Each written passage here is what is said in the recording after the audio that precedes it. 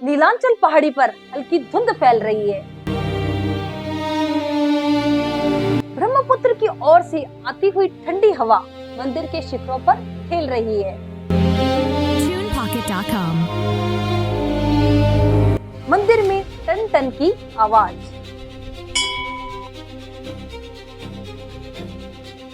और पत्तों की सरसराहट, पुरानी सीढ़ियों की खड़खड़ाहट, ये सब मिलकर एक पवित्र माहौल बनाते हैं। जब हम यहाँ कदम रखते हैं तो ऐसा लगता है जैसे प्रकृति और देवी की ऊर्जा हमारी आंखों के सामने गूंज रही है। ये है माता कामाख्या का मंदिर।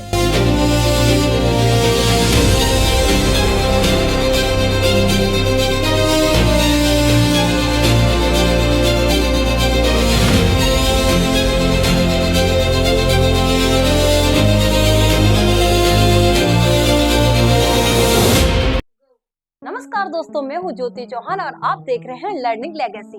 लर्निंग लेगेसी के इस वीडियो में आज हम यात्रा करेंगे असम के गुवाहाटी में स्थित कामाख्या मंदिर की। तो सबसे पहले हम ये जानेंगे कि शक्तिपीठ कहाँ किसे जाता है।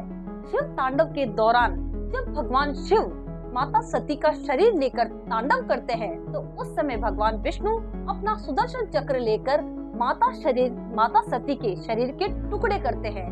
और जब माता सती के शरीर के टुकड़े होते हैं तो वो टुकड़े जिस जिस जगह पर गिरते हैं तो वहाँ पर उस स्थान पर मंदिर बनाए जाते हैं जिन्हें की शक्तिपीठ नाम से जाना जाता है। तो उसी श्रृंखला में कामाख्या माता के मंदिर में माता का गर्भ गिरता है तो उस मंदिर को कामाख्या माँ के मंदिर के नाम से जाना जाता है। कामाख्या माता का मंदिर उर्वरता और सृजन शक्ति का विशेष केंद्र माना गया है। कामाख्या माता के मंदिर के बारे में हमें जो प्राचीन ग्रंथ है कालिका पुराण है उसमें ये जानकारी मिलती है कि यहाँ पर माता का गर्भ गिरा था और यहाँ पर माता की मूर्ति की पूजा नहीं होती है बल्कि एक पत्थर है जो कि योनि के रूप में माता का प्रतिनिधित्व करता है। यहाँ पर 10 महाविद्याओं के मंदिर है और यहाँ पर तंत्र साधना का एक विशेष केंद्र है। माता कामाख्या के मंदिर में चमत्कारों की कथा एक श्राप कथा से शुरू होती है। माता कामाख्या के मंदिर में एक पुजारी होता है केंडुकेली। केंडुकेली नामक जो पुजारी होता है वो माता कामाख्या की पूजा बहुत करता है और माता कामाख्या उससे प्रसन्न होती है। और शाम के समय माता कामाख्या प्रसन्न होकर गुप्त रूप में नग्न अवस्था में वहाँ पर नृत्य करती है। तो इस प्रकार माता कामाख्या उस पुजारी की पूजा से हमेशा प्रसन्न रहती है। तो उसी राज्य में एक नर नारायण नाम का एक राजा राज्य करता है। जब नर नारायण राजा को जब भी पता पड़ता है कि यहाँ पर कामाख्या माता का मंदिर है और वहाँ पर केंडुकेली नामक जो पुजारी है वो बहुत अच्छे से पूजा करता है, तपस्या करता है और उसकी तपस्या से और उसकी पूजा से प्रसन्न होकर माता नृत्य करती है।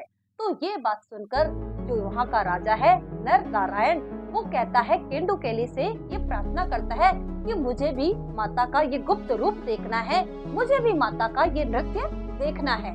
तो उस समय केंडुकेली जो पुजारी होता है वो राजा को समझाता है कि हे राजा, मैं माता के इस गुप्त रूप का दर्शन नहीं कर सकता। जिस समय माता नृत्य करती है मैं खुद भी उस समय क्या करता हूँ, आंखों पर पट्टी धारण करके रखता हूँ। तो ये चीज वर्जित है और आप ऐसा नहीं कर सकते। लेकिन उस समय राजा कहता है कि मैं यहाँ का राजा हूँ और तुम या जो कहा क्या है कामाख्या मंदिर के पुजारी हो। तो मैं राजा आपको आदेश देता हूँ कि शाम के समय जब माता नृत्य करेगी तो तुम गुप्त रूप से क्या करना कि एक जो छिद्र है उस छिद्र में मैं माता का नृत्य देखूंगा। तो पुजारी क्या करता है, जैसे ही पुजारी कामाख्या माता की पूजा करना शुरू करता है और माता प्रसन्न होकर क्या करती है, नृत्य करना शुरू करती है। जैसे ही माता नृत्य करने शुरू करती है उसी समय माता को आभास हो जाता है कि मुझे कोई चुपके से देख रहा है। तो उस समय माता क्रोधित होती है और माता उस पुजारी को श्राप देती है। पुजारी पत्थर का बन जाता है और जो राजा नर और नारायण है उनको ये श्राप दिया जाता है कि तुम्हारे वंश का कोई भी इंसान जो है मेरा दर्शन नहीं कर सकता, मेरी पूजा अर्चना नहीं कर सकता और उन्हें ये पूजा वर्जित होती है। तो इसी श्राप के कारण जो नर और नारायण के वंश के जो लोग हैं माता कामाख्या की पूजा नहीं कर सकते और जो पुजारी है वो पत्थर का बन जाता है। तो माता कामाख्या की कथा हमें ये सीख देती है कि हमें देवी शक्ति का सम्मान करना चाहिए और मर्यादाओं का उल्लंघन नहीं करना चाहिए। आस्था में विश्वास और जिज्ञासा होनी चाहिए, लेकिन परंपराओं और मर्यादाओं का उल्लंघन उचित नहीं है। तो माता कामाख्या के मंदिर में पूजा अर्चना कैसे की जाती है? जो माता के मंदिर में गर्भगृह में जो योनि कुंड है वहाँ पर लाल रंग का फूल चढ़ाया जाता है, नारियल चढ़ाया जाता है, सिंदूर चढ़ाया जाता है और चुनरी चढ़ाई जाती है।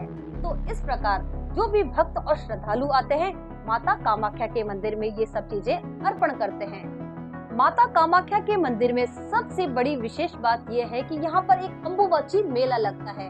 अम्बुबाची मेला यानी माता के मासिक धर्म और रजस्वला होने से संबंधित है। जब माता रजस्वला होती है, जब माता का मासिक धर्म होता है, तो यहाँ पर वर्ष में एक बार अम्बुबाची मेला रखा जाता है।